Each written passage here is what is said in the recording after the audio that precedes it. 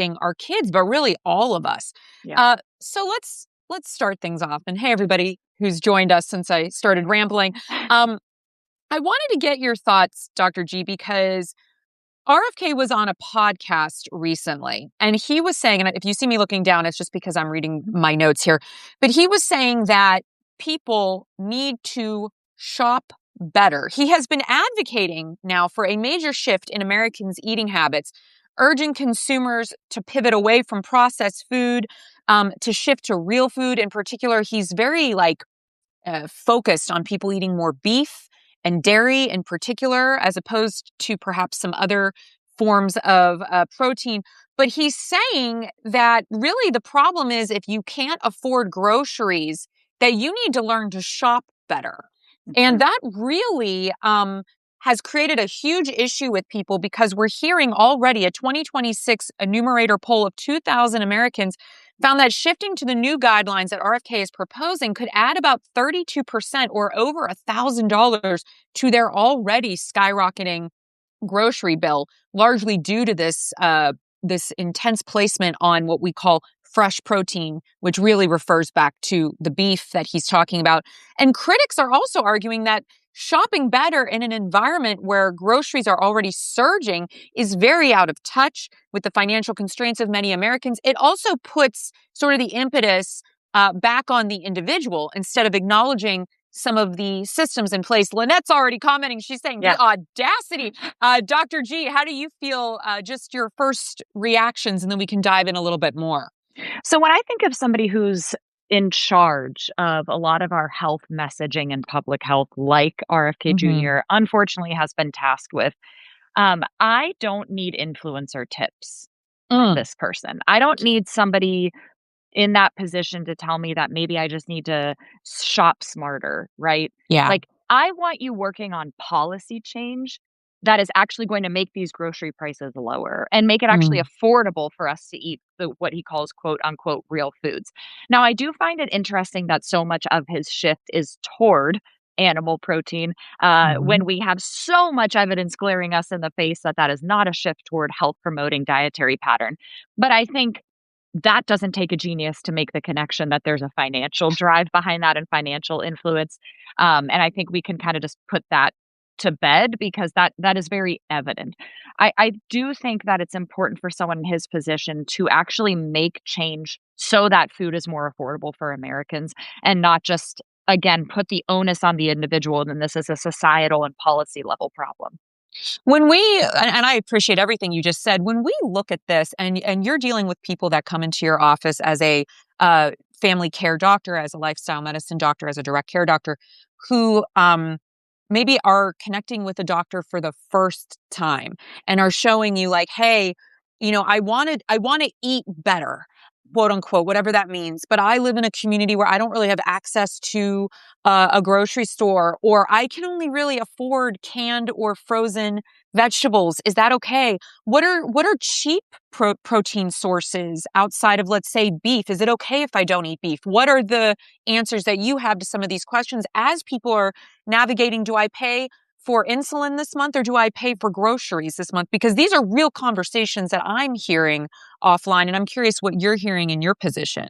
So I first try to provide reassurance that, in fact, I wouldn't even recommend that you eat beef. So we can put that to the side. You guys, she's just saying we're good on the beef. So if that's a concern, you don't need the beef. It's going to be okay. There are protein sources that are more affordable. If you had to just focus on canned things like you mentioned, Natalie, it turns out that canned beans are an excellent shelf-stable source of protein that you can consistently get for a relatively cheap price compared to some of the fresh animal protein sources that are out there. Then we talk about plant protein in general. So not just beans, but plants and vegetables having, protein source. And some of those things can be like nuts and seeds. Now, nuts can be very expensive. So I do, acknowledge that with my patients. And we talk about things like maybe a nut butter, which sometimes is more affordable, will still give you a protein source.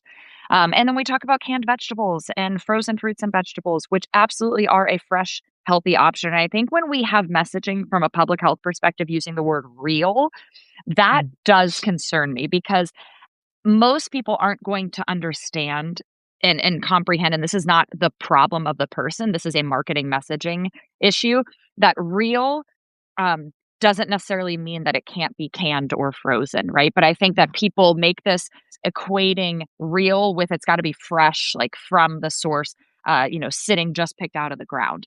That is not realistic for a lot of people or affordable, and also not, again, evidence-based. Like, you can get these sources of vitamins and nutrients from things that are packaged in a Yeah. frozen or canned way.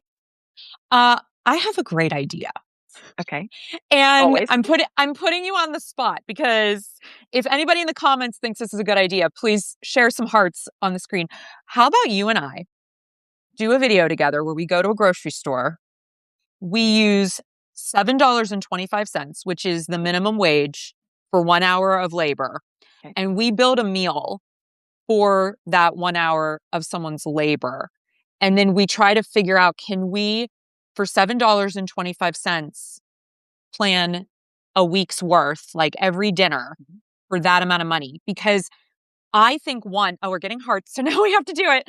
One, I think this could be an interesting exercise in understanding the reality of what a lot of people are facing. But two, I think it would also help people, if they are trying to save money, get creative with plant-forward meals, because I use a lot of canned beans in my own cooking. One, because I love beans, but two, they are just so cost effective, and you can usually get like at least 2 meals out of that. So if you're game for that, what do you think about doing that this May? Game for that. I'm so game for that. And I think that's really going to be impactful for people to see something like that. And it also reminds It's going to be hard, actually, I think, too. It's not going to be easy. What do you think? Do you think it will be? We can do it. I thought it was going to be easy. I mean, of course we can do it. I was thinking actually it might be relatively easy in a way that people might not see as, clearly until we kind of shop the aisles. It also depends on where you shop, Yes. And it also, one more point, as a lifestyle medicine doctor, something that I do bring up to people regularly when we're talking about meal planning and understanding, what you have access to food-wise. Not every meal needs to be a 5-star restaurant meal, and not every meal needs to taste the most perfect and exciting. And the reality, you want to talk about shopping tips and tricks, RFK Jr. You work on the policy. We should talk here about the fact that sometimes you're going to depending on how unaffordable things are right now, you're going to have to eat the same things for a lot of different meals. Yes. You're going to have to repeat things. And like, that is what I think can be some helpful messaging, is like finding things that are affordable and finding things that you can repetitively eat. Because right now it's way too expensive to eat out, and it's really expensive to get groceries. Yeah. No, I agree. And I was just thinking, and I'm so excited we're going to do this. Let's use your Rebel kitchen to cook them in too. We can do it there. But I was thinking, like, I make a big batch of, let's say, lentil soup. Yeah. And then I course that out for us for 3 or 4 dinners, along with a side vegetable or a side protein. But then if I'm like, oh God, I just can't eat another bowl of lentil soup, I freeze whatever is left. And then in a couple weeks, when I'm like, I need a quick meal, I have that lentil soup. So it does help stretch. And I really think this would be useful. And I'm really excited. And you guys, if you don't know us, we are actually going to do this now. Like, this is not, we didn't just talk about it. Like, that's a thing that's going to happen. And then we can tag RFK Jr. in it and see if he come along with shares. us. Yeah, come on. It'll be great. And speaking of which, I wanted to touch on this topic as well, because as we've seen with a lot of his putting of policy forward as the head of Health and Human Services, there's been a lot of inherent racism sort of baked into the conversations that he's had. Just like we just said, this whole, can you afford your groceries? We'll learn how to shop better. I mean, that's just an inherently, privileged position on many fronts. But this article kept coming up, and for me, and I've been wanting to talk about this with you for a while, and it's back in the ether because it was brought back to his attention very recently. NPR just promoted this piece called RFK Jr. talks about reparenting kids on wellness farms. Now, during a combative Senate hearing last week, which was how I became aware of this, Senator Angela Brooks, a Democrat from Maryland, leaned forward and asked U.S. Health Secretary Robert Kennedy about his vision for a national system of wellness farms. And she said, and I quote, "You said every Black kid can be reparented on a wellness farm. Can you admit that you said that? And she said the concept was dangerous and irresponsible. She was referring to one of Kennedy's signature ideas that he has talked about repetitively, Dr. G, throughout his whole career, about remaking the U.S. health and addiction care by sending people to farm or work camps. He was very angry. I saw his reaction. And he said, I don't remember saying that. And of course, he said, if I said it, I apologize. And Senator Also Brooks said, honey, I have the receipts. Like, she has the recording. Yep. So he can't escape it. When we're talking about addiction, when we're talking about mental health, when we're talking about this administration wanting to criminalize the homeless or the unhoused, when we're talking about how this administration won't even, look at DEI anymore as a thing, where you're not even allowed to use the word woman if you're going to try to get a grant for healthcare. First of all, does this surprise you that RFK Jr. wants every Black kid reparented on a wellness farm? And as a physician, someone who works with people from all walks of life and with adolescents, what did that feel like to hear that? So I think there's this interesting side of messaging from this administration that's like getting rid of DEI. I remember going to one of the national parks last year and seeing like all information about indigenous populations just being like erased, like we're, with this executive order. Anyway, there's this whole, everyone's going to be the same, and we should stop acknowledging these differences, right? We should stop acknowledging these differences, and that any of these differences matter. And it trickles over, like you mentioned, Natalie, into research and into any type of grant funding. Okay. But then there are all these actions that make things worse for people of color, for example. There are things that they are, that people like RFK Jr. are saying that make it sure as hell seem like they don't want everybody to be treated equally and the same. Let's be real. So like, we're talking out of two sides of our mouth here. And it makes me, what I immediately thought of when I heard that, because I loved seeing him get grilled the hell out of. This has been rich. This has been rich text. But I felt bad for little kiddos. Like, I thought of like Black kids seeing that and what that must be like. Okay, so there's something wrong with me and I should go to some kind of wellness farm. What?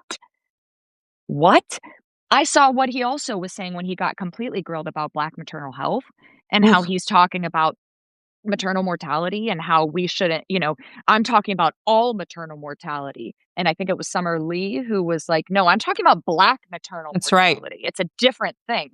And it is a different thing. If you cannot acknowledge differences and social determinants of health, if you cannot do that, you should not be in charge of Health and Human Services, because you don't know crap at all about healthcare or about public health. Public health is extremely tied into social determinants of health. If you can't see that, where have you been? And how are you allowed to be at all in charge of this? Fires me up. I'm sorry. No, and I love it. It's so short-sighted. I also want to read to you another quote that he made. He also made a false claim specifically around the vision that he has for Black children, saying that every Black kid is now just standard put on Adderall, SSRIs, benzos, which are known to induce violence. And his solution is that those kids are going to have a chance to go somewhere and get reparented and live in a community. I know. Fuck off. I read this and I was just like, I don't even know how to react to this, because it's actually an insane thing to say. As someone who was a former social worker who worked with children with severe mental health, I can clearly, without any doubt, say that no, not all Black children are put on Adderall, benzos, all of these things. That's quite a cocktail of meds. That's quite a cocktail. And if a child is put on medication, it is a process that involves a lot of input from family members, from their physician, from their psychiatrist, from their psychologist, from their social worker. All of these things factor into if and how and when a child is put on a medication, for how long, the dosage, etc. Do we have problems in this system? Hell yeah. Hell yeah. I'm not for a second discounting that. But this idea that every single Black child is put on these drugs is such a dangerous thing to say. But this is constant. Take Right. Black child out of the sentence. Put in trans child. Yep. Put in woman. Yep. And I'm not saying these three different populations are all the same by any means, but Right. what I'm saying is the messaging is constantly, white male of privilege, okay, and I'm not throwing shade or hating on white men here, but this is okay. the message. It's okay. I have to be professional. Don't. Okay, Yeah, you have to be professional. That's true. In this position, I'm going to say all of you are not what I want you to be. Okay. And so I'm going to now start blaming all the same kind of shit for, Medicaid. It's all the same. We put every woman on birth control and now look what happens. Oh, it's because you want us to have more babies. Okay. I understand. Right. We're mutilating children. It's the same stuff, different population. They just keep on going on with this. It's bizarro world to me. Mm-hmm. It's scary. And I mean, I think it all plays into his larger narrative around eugenics. I think it all plays into what we're seeing with these ICE detention camps. There's this constant softening of language to try to normalize what would really be a death camp, a work camp, slavery, right? Like this is really what it is. A farm for people, a farm for the unhoused, right? These are all systemic issues driven by this imperialist capitalist state that we refuse to address because at the end of the day, well, as long as the price of goods comes down, which by the way, it's only going up. So then we ask, to what end, right? Yeah. Meanwhile, we have questions that are now being, since we were talking about this, Dr. G, with these words that aren't allowed to be used, like woman, which is wild. We're seeing that really trickling down now into actual policy and how it's impacting things. So this article from Penn Capital Star, great publication here in the state of Pennsylvania, says menopause coverage bills meet mixed fates in state legislatures. One is actually pending right now in Pennsylvania. There are bills in consideration in Massachusetts, New York, and Virginia. Some have already failed. I just want to read a quick snippet of this. A handful of states are considering legislation this session related to menopause and perimenopause, including proposals to mandate coverage and others to include work protection bills for people experiencing symptoms related to the conditions. Others have already said no. Some of these bills, one passed in New Jersey, mandates coverage for the diagnosis and treatment of menopause-related health issues, including treatment for brittle bones, pelvic floor physical therapy, hormonal therapy, and behavioral health. It's now law after the Democratic Governor Phil Murphy signed it into law. And then this other Democrat, he said, there are things that men will never experience, we don't know, and we have to be supportive. According to a Mayo Clinic study that was published just a few years ago, menopause-related symptoms cost us an estimated $1.8 billion in lost work time each year, and the medical expenses related to this cost more than $26 billion. So I wanted to get your thoughts, first of all, because I was surprised, and then I was like, Natalie, why are you surprised that a lot of this wasn't already mandated as things we needed to cover? But then it fits in with this whole, well, we don't care about women once they're past a certain age anyway. But things like brittle bones, things like, pelvic floor dysfunction, these are all things that actually need to be considered way earlier than when they start to show up as real problems, in my opinion, just from what I've learned from you. So can you share a little bit about what you think could come of this if more states mandate support for bills that could help women at these times in their lives? I don't see something bad that could come out of this, right? I think this is excellent to have this type of support and awareness. And, perimenopause and menopause are really finally having at the time where we're their moment getting more. in the sun. Yeah, they really are having their moment. They're getting more attention and more awareness. And I will say that I have seen a lot out of our current, FDA and administration talking about perimenopause and menopause and talking about potential therapeutic options for them. So I'm going to give credit where credit is due. Now, the concerned side of me wants to know what's the catch. And I think, TBD on that one. But regardless, if more awareness is being brought to women's health around this particular issue, because in general, women's research is still struggling. But around this particular issue, I think it's fantastic. I see so many women struggling day in and day out across the chair from me in my office with these symptoms. And, getting insurance coverage for pelvic floor PT should not even be a question. Getting insurance coverage. Can you explain what that is? Therapy. Yeah. So pelvic floor physical therapy, I think everyone should be assessed for it, men and women. But pelvic floor physical therapy is going to help strengthen and address any issues with the pelvic floor, which is the musculature that helps to support all of our pelvis and our lower abdominal organs. All of that kind of sits down there. And women have a lot of changes during the perimenopausal and menopausal years. And it's not just women who have had babies. So a lot of people can suffer from these issues. But getting physical therapy covered, period, is very challenging with insurance right now, let alone pelvic floor PT. So big fan.